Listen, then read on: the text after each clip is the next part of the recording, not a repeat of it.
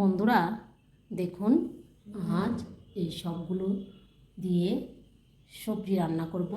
দেখতে থাকুন কীভাবে রান্না করব। ডাল সিদ্ধ করে নিলাম, এখন সবজিগুলো দিয়ে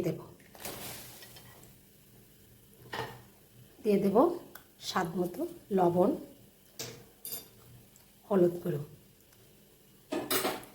এখন সবগুলো মিশিয়ে কিছুক্ষণ সিদ্ধ করে নেব।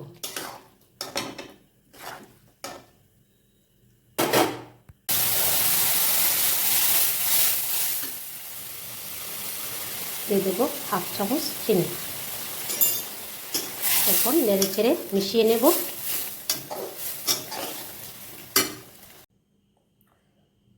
সবজি রান্না হয়েছে, দেখুন।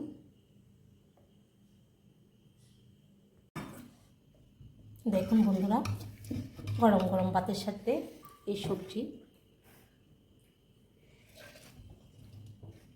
দেখুন, খুব ভালো লাগে খেতে।